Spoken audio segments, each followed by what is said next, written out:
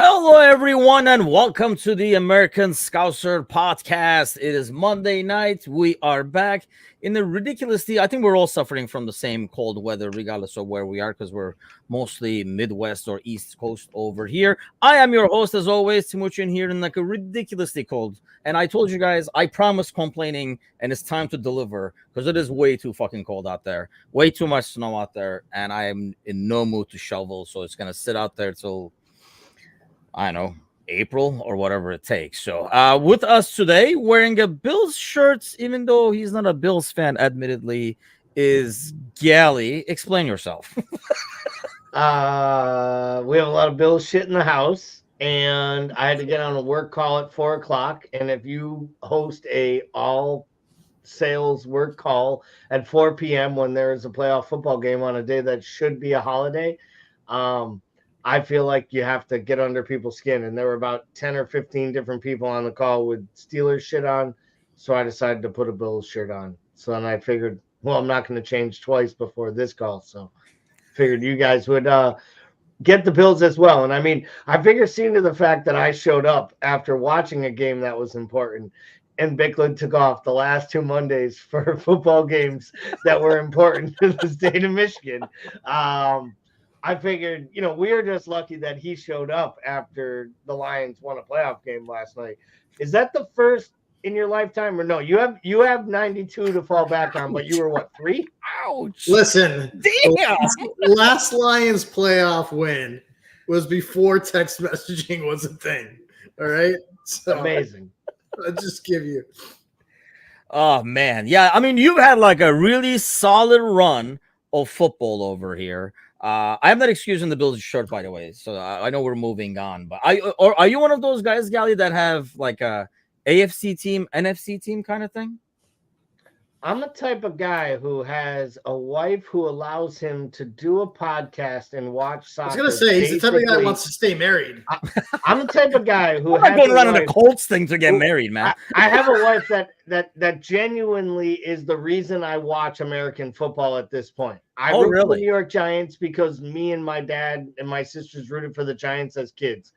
I know more about the Buffalo Bills than I do the Giants. I've seen the Bills more times. I went to a Bills-Giants game this year and rooted for the Bills because one team has a chance to win a Super Bowl and the other team had a chance to get the number 1 pick and then decided to go all Giants on things and get like the 8th pick so they can be mediocre for years to come. The New York Giants are only good if there's a great New England Patriots team in front of them. And then they are world beaters. If it isn't that, then they basically that looks like else. You're going to be like this for a while because I don't see that New England Patriots team turning down anytime soon. But speaking of football and having a good run over here, Bickler, you're like, geez, man, Michigan wins, and then before you even sober up from that, Detroit wins for the first time in 32 years or something like that. Yeah, I don't even know how to feel about it. It doesn't quite feel real, but I have been enjoying it. It's been wild. Honestly, like I was gonna ask you guys about this because you guys are hardcore Americans, not a transfer from the portal like I am. But I was like, as I was watching the games yesterday, I mean, you guys basically grew up with the playoff system, right? And then when you guys got introduced to soccer and started following soccer, it got introduced to the league system. I mean, for me, it's kind of like the other way around because even though like basketball and volleyball and all those things are playoff back home in Europe, obviously soccer, which is the biggest one. And I don't think I started following really basketball till I got, older anyway. But I guess my question to you guys is when you guys watch now, because as I watch the playoffs and I'm like, man, this is so harsh. Like for a team to kick ass all year and then one guy is out, that can be a key, especially in a game like football. I guess in soccer as well, and they're out and then they go out and all the entire year of good gets flushed down. It feels really, really harsh. How do you guys feel now? Like, do you guys prefer one over the other? I prefer the totality of an entire soccer season, understanding that it takes a lot more to win over 38 matches compared to winning a 12-team playoff or 14-team playoff with a couple buys. But if you're asking me if it bothers me that the Dallas Cowboys look really good all year and then lay an egg in the playoffs, no. I love American football because it allows me to laugh at Cowboys fans. on this morning every single year. Yeah, I think when you have a sport where you can only legitimately play 17, 18 weeks of the year, that's the only format you can legitimately have. Yeah, I guess, but I mean, in an ideal world, do you guys enjoy that more, like the stress of it, the finality of it, or the weekly agony of a season? Because I'm kind of torn, like I said, because this is more of an adjustment to me, and I still probably don't like it as much. I'm used to it, and I know why it's popular and everything, but I still prefer the weekly agony that my doctor recommends against. I mean, I think they both work for the formats that they are. Like, I don't think that you could do what you're doing with EPL like the season in the NFL, and I don't think you could flip it around and do the other. And I think with the NFL, what I like about it is the fact that it is like a true gladiator sport. So, right, who ends up winning the Super Bowl is typically the team with the healthiest and hottest going into the playoffs, right? And I think like I think you can to some degree throw some seeding out of the window. But I like the formatting. Look, it's like it's one of the hottest sports from a growth standpoint in the entire world. I mean, we can talk about international football being king, right? Especially when we talk like you look at like video game sales for FIFA and stuff, and you can, obviously it's the world sport, but there's a reason why all these like soccer playing sports are grasping onto the NFL. It's only a matter of time till the UK gets an NFL team. I think it works for both sides of the coin. Yeah, I mean, FIFA sale. I mean, I kick ass of kids all around the world thanks to FIFA sales. I don't think you get that as much in Madden. I mean, NFL bored me, says Brian. I think, I'll be honest, like, it is very hard to watch. I mean, this weekend is playoffs, kind of like watching, chilling at the same time, kind of an ordeal, but only one decent game out of all four. I do find it difficult to sit down and watch a full game that the 49ers are not involved in, just because of the stoppages and everything like that. Unless you're doing something else at the same time, like multitasking, it's impossible to just sit there and watch 3 hours of a game when it's not your team, I think. Aside from playoffs, so you guys can you sit and watch a Sunday night game, Gally? It's Jaguars, Buccaneers, for example. No, probably not. But was it the matchup that threw you off? You're like, no, Jacksonville. No, I mean Jaguars, Bucks, probably not. But I mean, the truth is, we might have it on. Like, we have football on all day at the house. Like, we do other things throughout the day. On Sunday, we play with the dog, we hang out, we cook, but it's usually on in the background. I think it's just kind of like the backdrop. Yeah. But we're in like pools, and it's like the fantasy thing. I think it just matters on like what you have to watch it on. I don't personally bet on sports anymore because like I actually enjoy watching sports, and sounded like there was more to that, but okay. Yeah, because I used to bet a lot on sports like 25 years ago, and I didn't enjoy them as much. And most importantly, people that watch sports with me didn't enjoy me watching sports. But I we'll if there's something involved or interesting on the game, there's usually a reason that we have it on. We have it on in the background, but we don't watch a lot of other TV other than sports. So it's kind of like NFL, soccer during the mornings, NFL in the afternoons type of a household we live in. So maybe that's just us. That makes sense. I understand what you mean by the betting too, but yeah, I think that's what thing that really drives football is like the ridiculous amount of betting you can do. I mean, we went to watch, and I didn't even know this. I mean, we bet on the games, but it's usually like a parlay bet. Angie will do like a FanDuel team for fantasy or something like that. But we went to like a wing place over here to watch. It was Thursday night game. 49ers are playing the Giants, and we're sitting next to this table. And I was like, see, this is exactly what I didn't want. Like people rooting for Giants sitting right next to me, and I'm not going to be able to enjoy watching the game. Well, then I realized they're just constantly betting. So they're rooting for anybody and everybody out there based on what is going on. And these guys were literally placing bets by the drive. Like, by the quarter, by the drive, he has to get 18 yards in this drive and stuff like that. And it was just like, holy mother of God, there must be a lot of money but I think that's like the biggest attraction of football. But yeah, I just want to get your guys' take because I do feel like it's just like a total different, the playoff thing is like a total different concept. But more importantly, we have excellent trivia. And I'm not just saying it is really excellent. Okay, so This is obviously from BJ. If it was from me, it would be a lot more basic. But it's coming from BJ. So, as of today, Liverpool has played 1,210 Premier League matches. 605 at home, 605 on our away. What is the most common match results for home games and for away games? With giving me the score with the home teams obviously score first. Bickler. It's so ridiculous. So- PJ, I thought it was like really good. Welcome, It is really good. welcome back, PJ. Welcome back. We missed you. We missed you so much. Most popular score for Liverpool home games and most popular score for away games. Oh yeah, he's back, baby. I thought this was really good. I'll do 3-1 home. The Twitch special. I like it. Yep. When away, I'll go 1-1 draw. I don't know, dude. This is ridiculous. Gally? By the way, I should mention this because BJ sent this to me earlier today, I believe, or maybe late last night. Oh, no, earlier today. And I did ask Mateusz right after we went off of air. I was going through the messages that were sent during the show, and Mateusz nailed it with the first guess. To the point where I was like, oh, was this on TV or something? He's like, no, I just guessed. Did I get it? It was kind of ridiculous, but he got it dead on. So kudos to the Polish prince over here. So you guys got to outwit the Polish prince, Gally. I was going to go 2-0 at home, 1-1 on the road.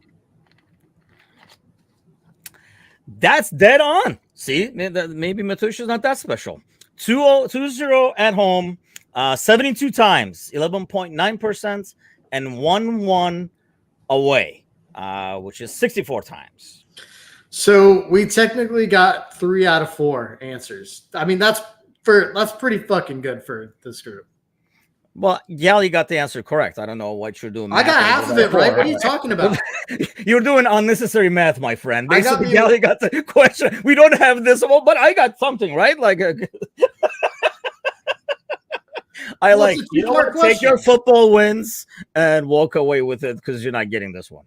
But yes, so let me ask you guys this: what is the most common results since August 15, 1992 of all the games played, which is 12,229 games? What is the most common results?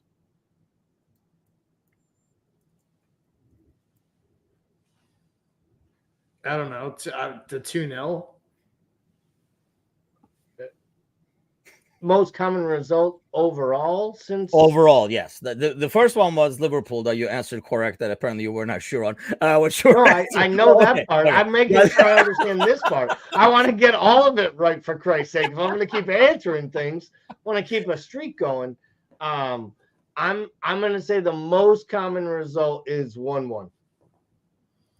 Bickler, did you say 2-0? Is that what you said? I mean, sure. Yeah, that's what I said. It is 1-1. God damn, Gally's on a roll over here. What a start to the year for trivia. It is 1-1. Put on this winner's shirt. It's what happens when you wear a shirt of a team you don't root for. They'll probably win the Super Bowl now. Probably 1,405 times is 1-1. And the biggest, the critical view of football over here, of soccer, I should say, is the lack of scoring. But the 0-0 draw is only fifth most common with 984. So, and I would think over time this has changed, right? Like with the rules and stuff like that. I think it's been a lot more scoring than the good old days. Not as much defense, a lot more attacking kind of thing. Victor, it's okay, man. It's okay. You're warming up. It's just such a fantastic use of our time. I thought it was really interesting. See, you got all the guesses going over here, and Gally won. Gally, congratulations. You are the first winner for everything. Okay, so let's get back to the boys. Obviously, no game this weekend. Almost a perfect weekend in terms of some scores, except freaking Kevin De Bruyne spoiling the weekend. But aside from that, it was all good. Are you guys shocked? I mean, obviously, we were going through the headlines this morning. It's kind of like hard to...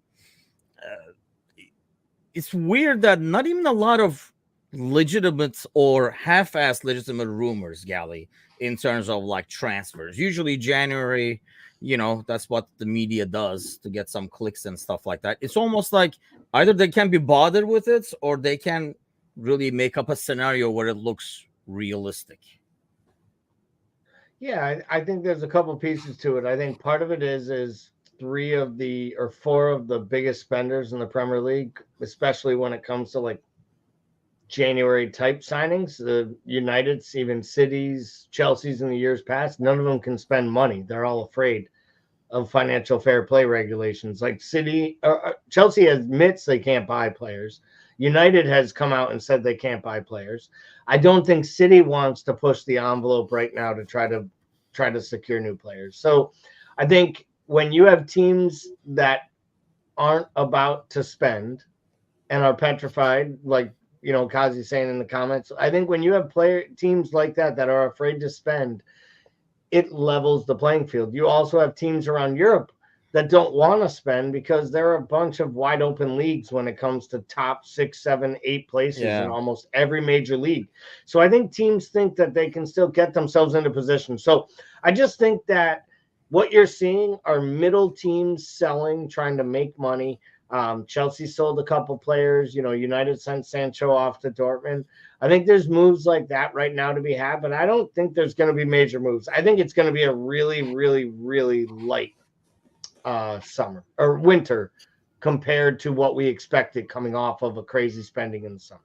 Yeah, it feels almost a lot more dumping of people and contracts on loans and stuff like that, as opposed to like adding people. Bickler, I mean, what do you think? And do you like it? Do you hate it that we are kind of involved in stuff? I don't know. It feels a little bit like market correction to me. It feels like a big summer, and then we're just kind of seeing the bubble on some of these huge fees. I think you do have a number of teams, whether it's teams like Forest to all the way like teams of Chelsea, who over the course of like the last 3 windows have just kind of loaded up and now are sit with a bunch of pieces they either got to unload or figure out what works. So I think it's a combination of that, but it does overall just feel like market correction. I do think typically we'll go out and get a player if we feel like we need one in January. We'll just see what happens here. But I think what Gally said is really true. I think a lot of things are really wide open across the top 5 leagues. And so I think there's a lot of teams that kind of feel like they don't need to go out and take that unnecessary financial risk right now. And yeah, Cersei was mentioning in the comments too, obviously like the AFCON and all these guys being away and, nobody wants them. I mean, I don't know. I wouldn't want anybody in my national team worried about or negotiating freaking contracts and stuff. Just focus on the task on hand. So that automatically eliminates a lot of, ultimately top players from those continents out of the equation too. But so Cosgrove says, and I guess I do agree with it to a certain extent. Kwanzaa has been a godsend for us. Are we set? Like, okay, 2-part question. Gally, do you feel like we're set? We can just stick with it and hold hand and, stay where we're at. And if that's the case, what's the first player that you're looking to get back the most? That's going to make the biggest impact when they get back. Well, I'll take the first part is I think we are set because I don't think we're buying another player. I don't think there was a center back going to be bought in this December window that was going to come in and be able to play a role by the end of the season. I think the kid has kind of supplanted himself into the rotation. He's proven himself. The Klopp played big minutes and starts, and I think he's 3rd or 4th right now on the depth chart. Whether or not at some point one of these other fullbacks pushes Gomez back into the center back argument that pushes him down the depth chart, that's a different story. But right now, I think it is Kwanzaa. I think we are where we are because I don't think we're going to spend frivolously, and I don't think a player will come up that is worth us spending. I mean, you look at the guy that Tottenham just signed, Dragostine or whatever the guy's name is, the center back. He looks a good player. They look like they paid about a 20% premium to get him during December or get him in January, and they had to overpay. And I just don't think we're going to do that because I don't think we're in that type of need. So I think this is the side we have. And as far as players we need back, we need Trent back more than anyone because I've heard about Trent missing 2-3 weeks before, and he always seems to miss like 4 or 5 weeks when they say Trent will be out for 2 or 3 weeks. And we need Trent back right now because I think he adds a lot to how we actually build right now from our midfield. Yeah, and I think, going back to that center back, I feel like it goes back to what you initially said. Like, not only are you going to overpay to get him, how long is it going to be before if Klopp,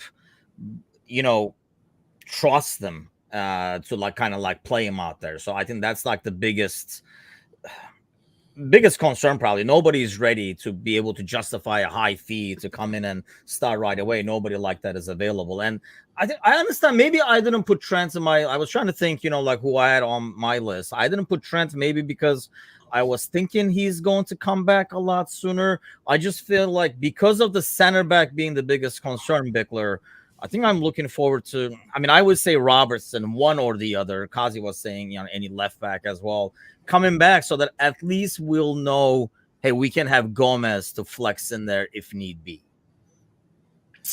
I mean, I guess that would be my argument as to why you probably need a center back. I don't know that this is a team. I don't know if this is a league that you can run the stretch from January to summer with a 3 center back rotation. I don't know if you can do that. And right now, on top of that, you have you lose your depth with Gomez out left back. You don't have a backup left back. I've been happy with Bradley. I think that's kind of the silver lining is like we wanted to see what we had there, and so far so good. So I feel good with Bradley as depth, but for me, I don't feel like. I think if you look at this team, like I talked about, I thought we needed another center back last summer. And if you look at this team and you know that you need to add center back depth, I think you probably should just go ahead and do that when you're playing in a league in a year where the title is wide open for the first time in ever. I'd do it now. I know that the market's not great. I know that you're going to overpay in January. It just doesn't make sense to me to wait. I would play from a position of strength personally. So what is your gut feeling, though? I mean, do you think... No, I don't think we're buying anybody. I totally agree with Gally. I don't think we're buying anybody. But, I would. So that's a worry that we're not getting anybody. Fair to say. For me, it is. I don't think we have enough depth across the back line. And I haven't felt like we've had enough depth in probably a year and a half back there. Kyle says Virgil, Konate, Gomez, and Kwanzaa. Phillips, for God's sakes, let's not mention that. I better bring back like Hendo or Fabinho. So take Phillips out of that and take Gomez out of there, and you got 3. Because that's what I'm talking about. I guess the issue there is reliability of those guys, right, Gally? Like Konate, we don't know if he's going to be going back to what Bickler is saying, especially in the 3 freaking center back rotation. In a 4 center back rotation, he wasn't as reliable. He would play 2, miss 1, play 3, miss 2, and stuff like that. I guess that's why I'm concerned as well, because I look at that, and Virgil, we're like, okay, Virgil's Virgil. He'll be there. Hopefully, nothing goes wrong there. But all the other names, Kwanzaa being the young guy, and the other 2 do not say they'll be there consistently when we need them. I agree. I just think Gomez has to be considered, which is, I know I made a joke about it in Discord today. I think it's part of the reason that they recalled Calvin Ramsey's loan. It's part of the reason that they've been playing Chambers and Bradley, and they're making sure that these kids get some run. I think that we are going to see a lot of Trent is what it comes down to, which is why, once again, I come back to Trent being the most important player to come back and be fit, because I think he has to play just about every big minute of every match. And I think that's why, as we move forward, we should see a world where when Trent needs a break, it's not Gomez every time deputizing for him at right back. And I don't think Gomez can be coming on to matches to finish out every match at right back to help see it out. Like the Milner big boy role can't be Gomez's down the stretch, because I think Gomez has to kind of be there as our Konate insurance policy at this point without Mata. Yeah, that's fair. And I think you're right. That's probably where the young kids are hopefully going to come in. And the issue with that, of course, Bickler, is consistency. You might get like a really good performance out of a kid, but it does not mean that next week they're going to show up and you're going to see the same kid. It could be a totally different character out there that can cost you points. Yeah, I think I worry about when we look at the back 4 and we kind of use Gomez as a plug and play. If he's getting serious time at full pack positions, then we can't you can't consider him center back depth too. I mean, you can. I just don't think it does you any good to do that. But I do like the idea, like as much as we talk about getting a new body back there, I absolutely love the fact that we're willing to get these kids minutes, because I think it's really important at these positions across the back line to know what you have and to know whether that's going to be a piece that you're going to rotate seriously in, because I think a player like Bradley can save you 25, 30 million. You know what I mean? If he ends up being a proper fullback that can put in the shift and play in a different way across the traditional back four, that gives you options you didn't have. It gives you life after Trent, and you don't have to go into the market for it. So I do think it's important to do that. I think that's why we saw Chambers go out on loan, Beck get moved back up. So I do think they're making those moves. I do like that. I just think for me at the center back position, I think you need to have that additional depth. But we haven't had it, and I feel like, honestly, this is like our third center back crisis since Klopp's been there. So maybe it's just one of those things, too, where he likes to run it light back there. I don't know. But at the same time, looking at the positive end of things, I don't know, maybe like a month or so ago when there were a lot more center back rumors. I think it was, or maybe right after Matip went out, Gally, there were a lot more center back rumors. And I think one of the things we talked about at the time is maybe Robertson and, Ordeal or Costas and stuff like that is worse than it sounds, and they're not going to be back anytime soon. You would think if we're not doing a move, that does kind of say that those guys will be back as expected and there is no hiccups there. From what it sounds like, Robertson is basically back and kind of running on grass and just waiting to get into full fitness, and that he'll be back in the next few weeks. So I think if Robertson's back by early February, right after this run of fixtures, right around the time Europe comes back, I think we'll be in good shape. It looks like Costas will be late February, I think they said, right? And let's be honest, it's Costas. He'll come back and then he'll play 2 matches and we'll be like, God, has he just been sitting for a month and a half, sleeping on the bench? Where the hell's this guy been? But I just think that it really comes back again. The whole defense and everything is about continuity, but I think it really all starts and ends with the midfield, like we've talked about. I think sometimes we judge our defense on how well the midfield's playing, because when they're playing really well, our defense seems to not concede that many goals. And when our midfield is all over the place on roller skates or just completely mismatched and poorly set up by the manager, I think we also make our defenders look really poor no matter which of the aforementioned center backs are playing, right? Yeah.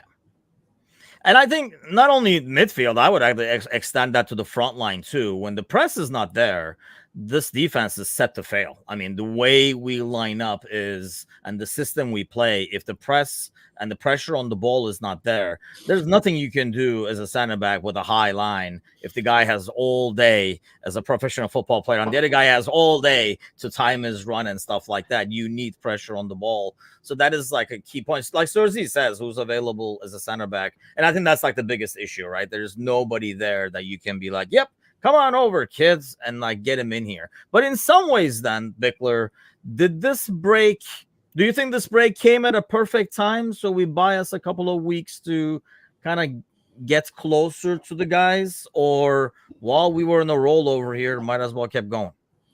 I mean, I think the break is especially good for players like Soboslai, who just needed to sit. I know he's hurt anyway, but I think it's good to have these guys get a little bit of a break and get some rest and rotation back. For sure. I don't know. I worry about these guys that are out on internationals that aren't going to get a whole lot, but I mean, that's just part of the game now. So I don't know, from a timing standpoint, I know that you can say well, do you want that? Do you want to break up the rhythm and the flow when we're getting results at the top, right? I think, I don't know if you can really sit here and pick those times, right? I think anytime that you can get a little bit of a break's a good time, as long as it's not one where we're sending all of our best guys out on internationals. Are you guys watching? Have you guys watched any of the games, by the way? Did you guys watch Mo or anything like that? Mo, Endo? I watched a little bit of the score on Sunday on my phone when I saw Egypt was down 1-0, and I was like, wow, Egypt's going to lose to a team that was ranked. I'm like, Egypt might lose to a team that is ranked 29th out of 30 teams to qualify for this tournament in the first of 3. this might help this guy come back really fast.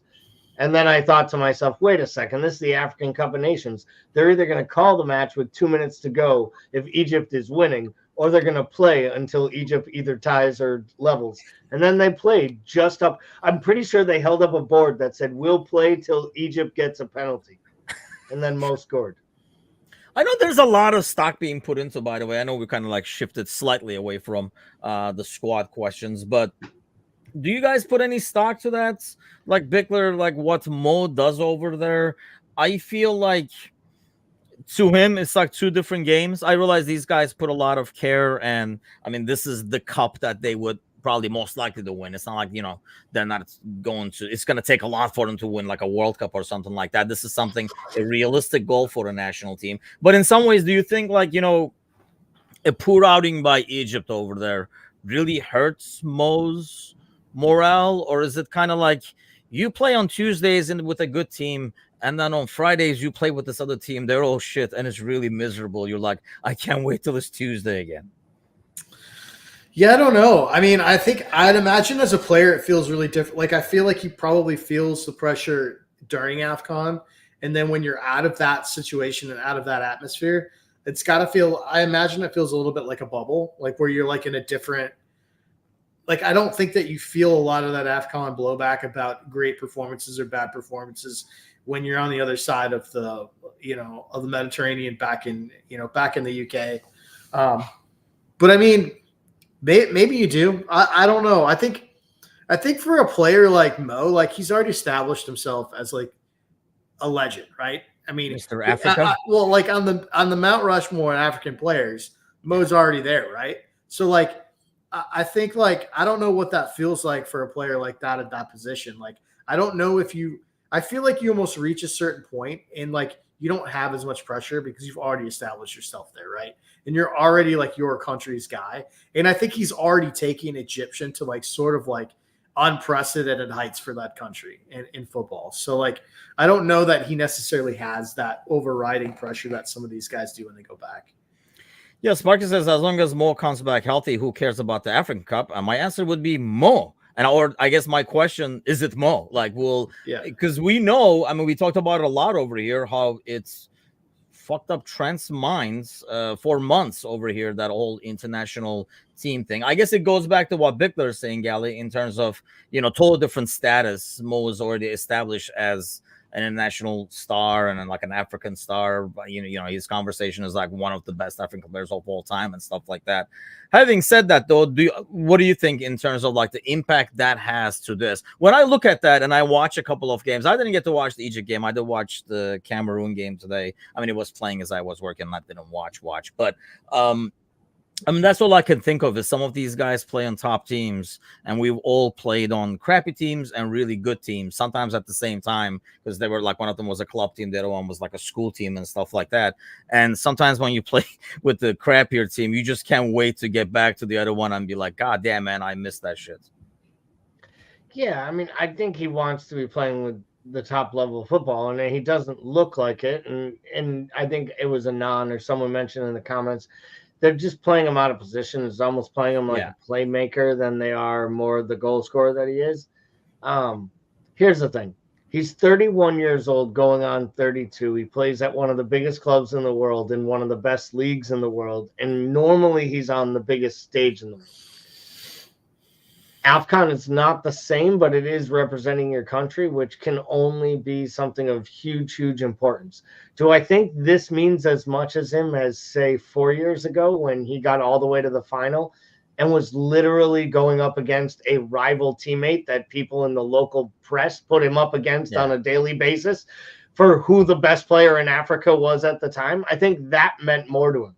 Like, I think there was a hangover when he came back after missing a penalty against Senegal and losing that African Cup of Nations. Like, I think that was a big deal to him. I think this would be a letdown because the guy's an ultimate winner and always wants to win, but I don't think it has any negative impact on him if Egypt goes out in the quarterfinals of this tournament. He doesn't come back and sulk his way into February. I still think he tries to score 5 the first time he gets to play I in the think Premier so, too. League again. I think that's kind of like a personality thing too. I mean, that's the kind of like dude he is. But then again, like you're saying, and obviously that's a lot more devastating to win. You know what? Like I say, probably for Egypt, it is the ultimate trophy to be able to win realistically that he can achieve as a national player, and lose that in the penalty picks. I'm sure it is like a different ordeal, and it's going to hurt a lot more.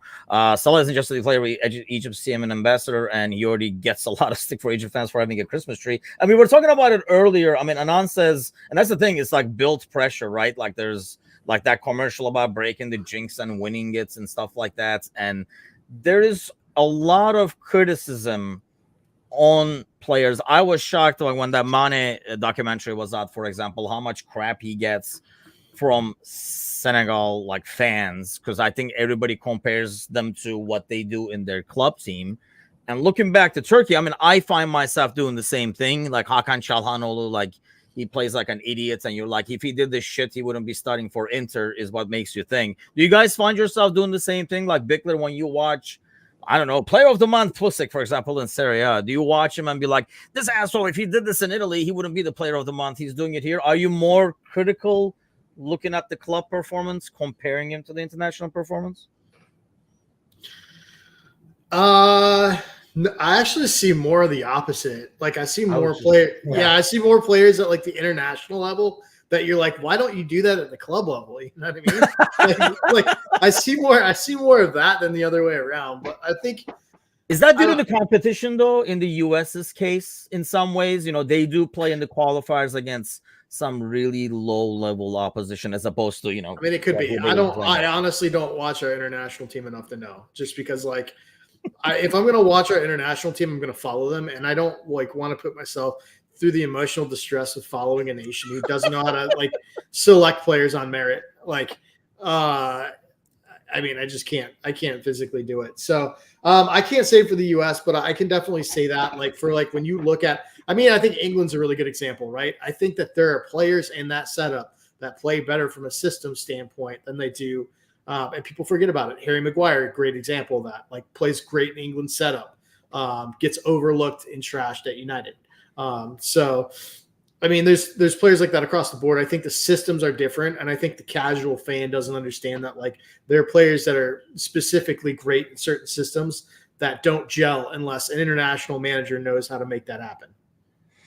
And I think that's the pressure they get. I mean, Anand says, yeah, that's exactly what's happening. They're saying if you cared about Egypt as much as you care about Liverpool, which, it's not the same thing. And Serzi says, personally, I don't care about England. Growing up and watching Barnes get abused put me off. England never treated Liverpool players right. I think, growing up, like when I was a kid, it was more always about similar to the U.S. national team. Gally, you follow it obviously over here a lot closer than you suffered the torture for the rest of the Americans in terms of like following it. But I mean, growing up in Turkey, it was always like, since pretty much 99% of the players played in Turkey, it was always like, how many guys from Fenerbahce, how many guys from Galatasaray?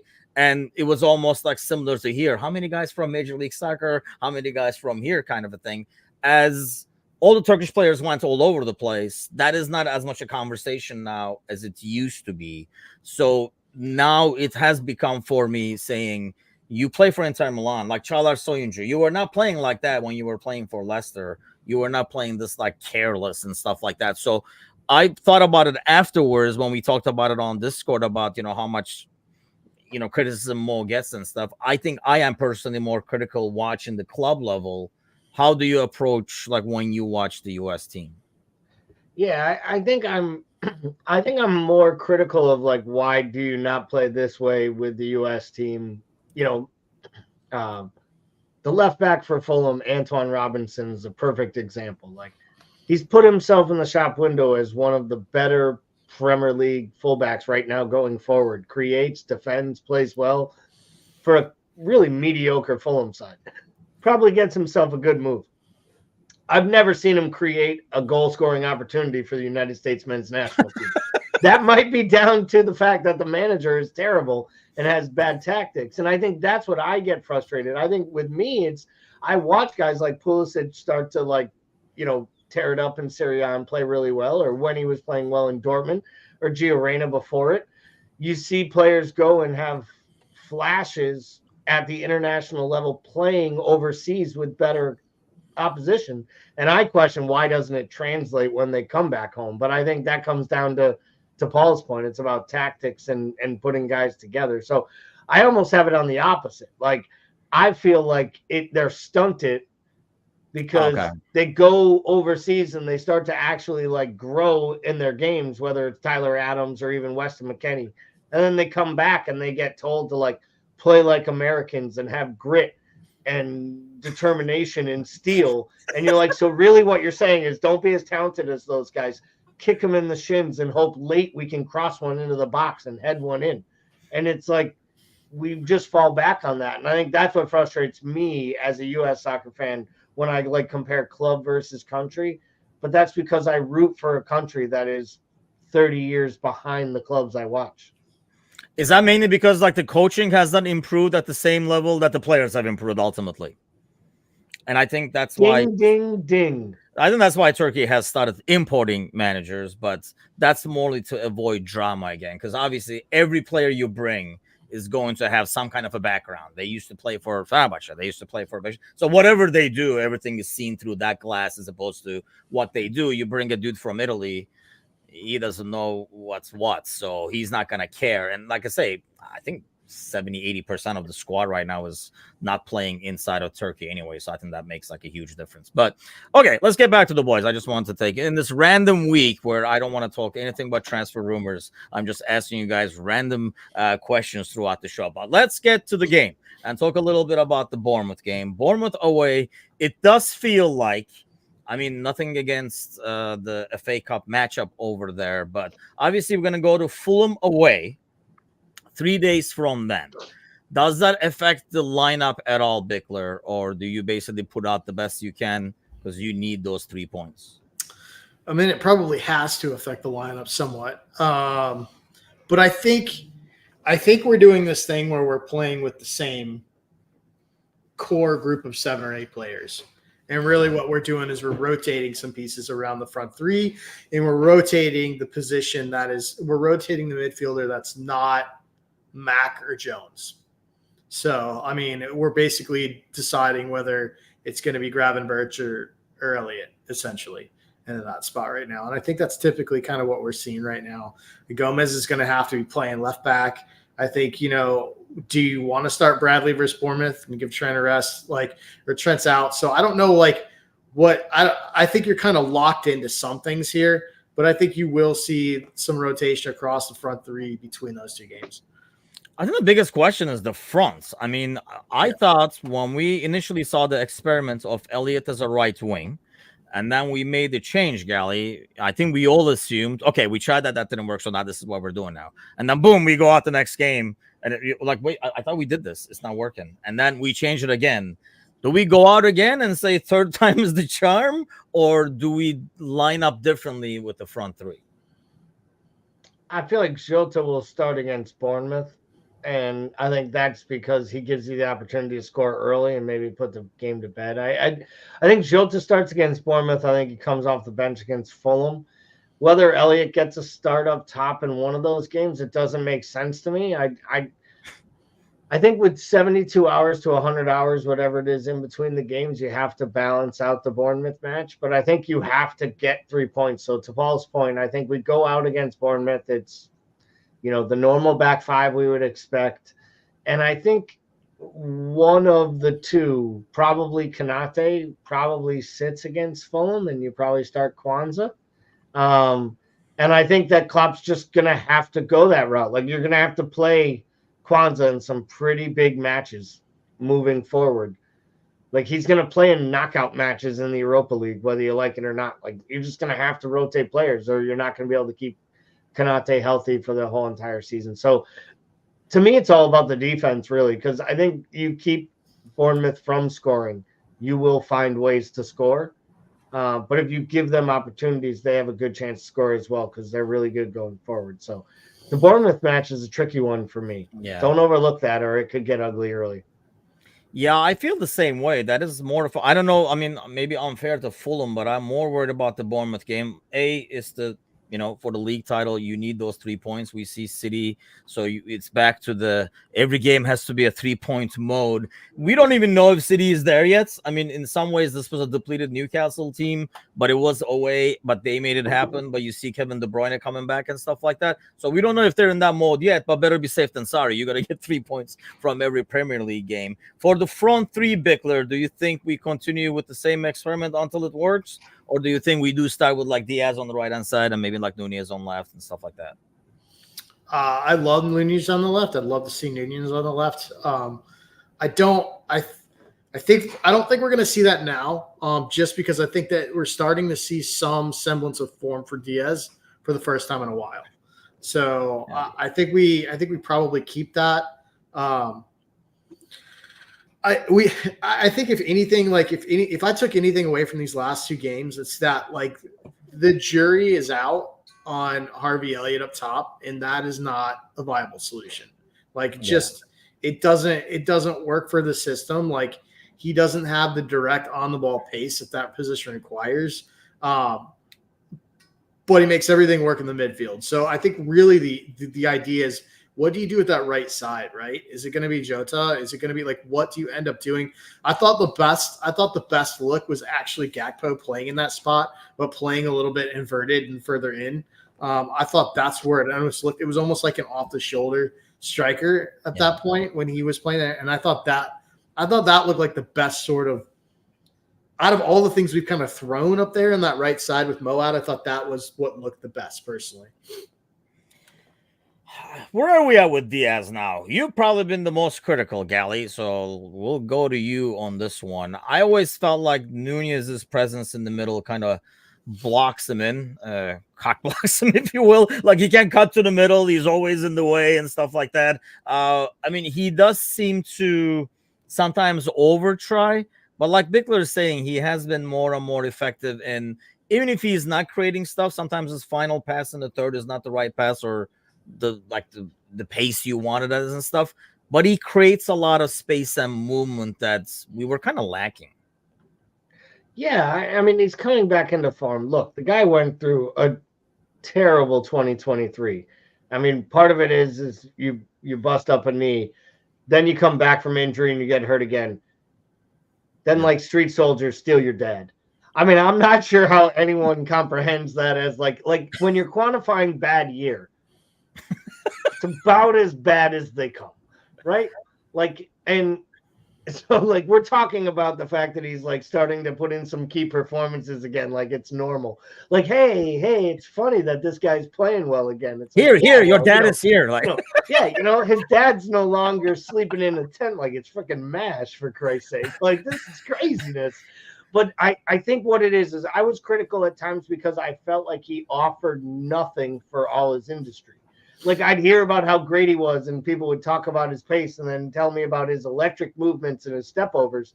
And then he'd kick the ball into the stands and you'd be like, wait, what exactly are we doing? Like, it's fine to take people on, but if your goal is to take people on and then you kick it off your standing leg, like, Anthony does that for 85 million and United fans hate him and we all make fun of him. And I just wanted end product. I get the Darwin thing, but I will say, like, long before Darwin was clogging up space in the midfield, Luis Diaz was getting lost when he got on the inside of a left back. So, like this guy has been running down an empty cul-de-sac since he got here. I think my biggest thing is I just want him to have a role in the team. It's either be a goal creator or be a goal scorer. And I think he gets caught up in between them at times where, like, he can give you the flick and the trick in a worldie. But what I really need him to do is get to the end line and actually cut the ball back and hit someone on the penalty spot for once instead of kicking off a fullback shin and then hold his hand up like this, like as he like looks off everyone in the middle of the box. So I just need end product from his game because I think we see all the tools.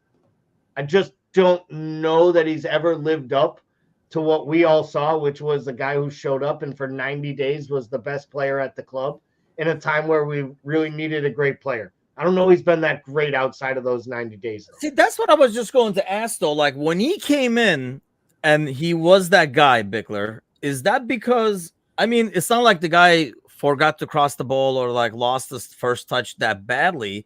Was he doing this? I can't really recall. I mean, I know he had a couple of key goals and stuff, but he had those goals this year too.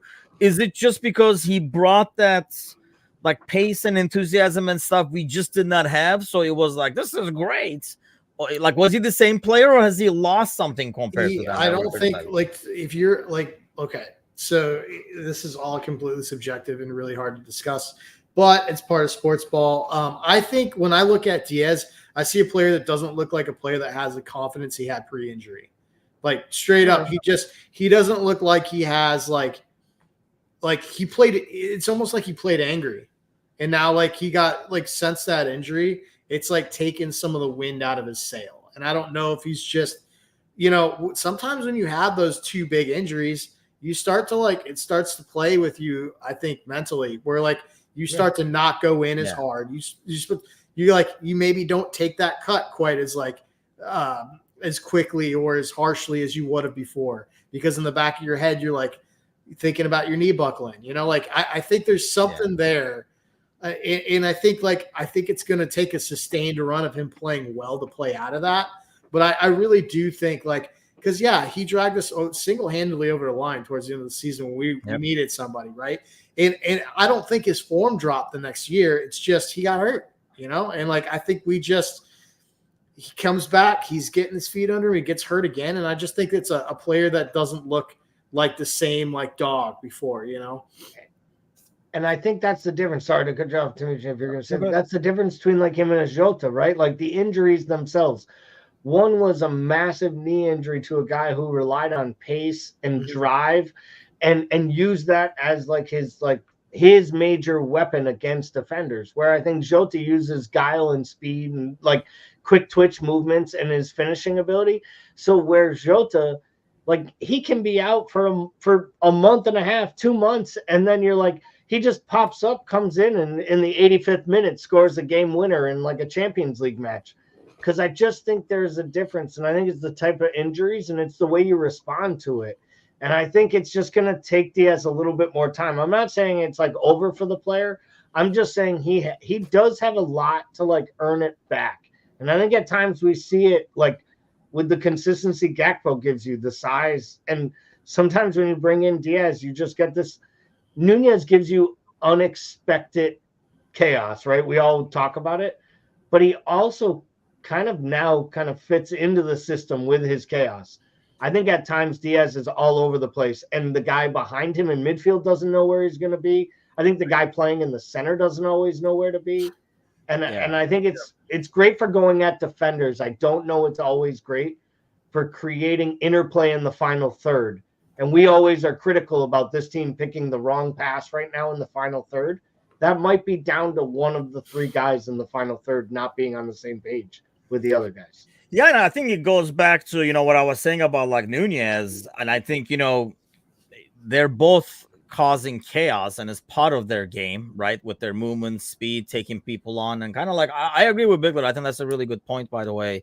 So Bigler didn't win trivia, but, wins the point of the day. That is taking away, every player is different, right? I mean, but when a big part of your game is that aggression and playing that angry, and that's taken away from injury, obviously there's you a lot. But I think when I was talking about him overlapping with Nunez, perhaps sometimes those chaoses were running into each other and not producing anything in return. And I think that's why I like Nunez separate him as much as possible, put Diaz on one side and Nunez on the other side, so they can do whatever the hell they want and create the chaos on the opposite sides without bumping into each other. But it's going to be interesting. I just don't want to see the Harvey experiment again, because I think it's unfair on Harvey. It reminds me of when we played Jones on the left wing, and then everybody was criticizing him. It's well, that's not, you're just setting up to fail. So what do you expect the guy to do? So we only got 4 minutes left. We can't go into the Jones comment again today. Yes, let's not go into that conversation. I think we talked about it in the Friday morning show for quite some time, trying to talk some sense into Anand, and then obviously a lot on Discord today. But we do have time to talk about this. So people are not going around wearing shirts of teams they do not actually support, and they can actually wear something that they believe in. With Jello Fashions, we're partnering. So our new swag shop, we did have a soft launch actually for all the contributors. So all kinds of American Scouser apparel coming your way, t-shirts, hoodies, and all kinds of stuff. So we'll release the link later this week.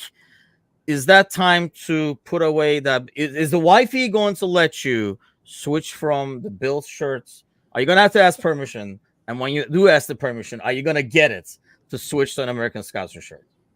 First of all, I got a whole slew of American Scouser shit right in my goddamn floor, right in front of my face.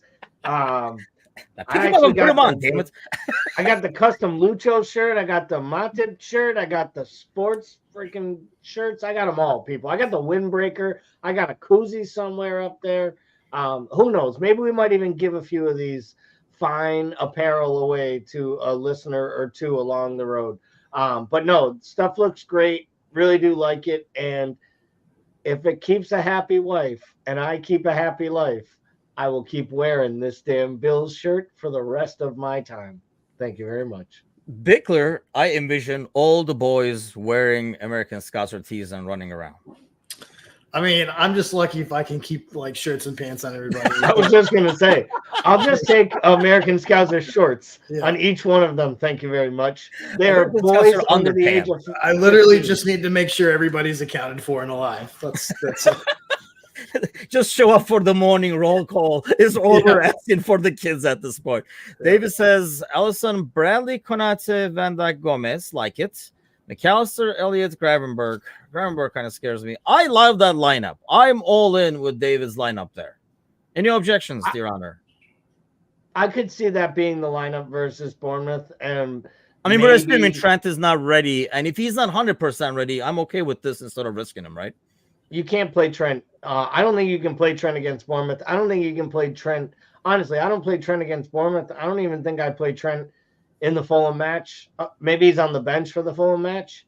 And then I'd sit him in the FA Cup as well the following week. Like, Trent needs to be ready when, like, Mo is back and we are ready to go, like, fire back and go for the title, in my opinion. End of January. Give him 2-3 weeks off. That's just me.